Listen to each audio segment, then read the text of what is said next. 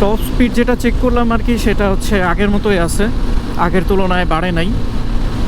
আগে আমার নর্মালি আর কি উঠতো 110, 12, এরকম 14, কিন্তু এখনও দেখলাম সেই একই রকম আছে, টপ স্পিড বাড়ে নাই। ওই যেটা বললাম আর কি, যে টপ স্পিড বাড়ার কথা না, কারণ টপ স্পিড মূলত ডিপেন্ড করে হচ্ছে বাইকের আরপিএমের উপরে।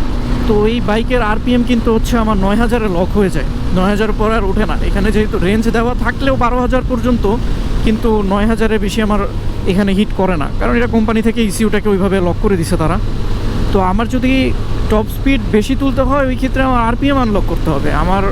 আমি এইদিকে যা কিছু চেঞ্জ করি না কেন, আমার এদিকে লাভ হবে না। তো এই জন্যই আর কি এইসব প্রোডাক্ট আপগ্রেডেশনে আর কি টপ স্পিড বাড়ে না।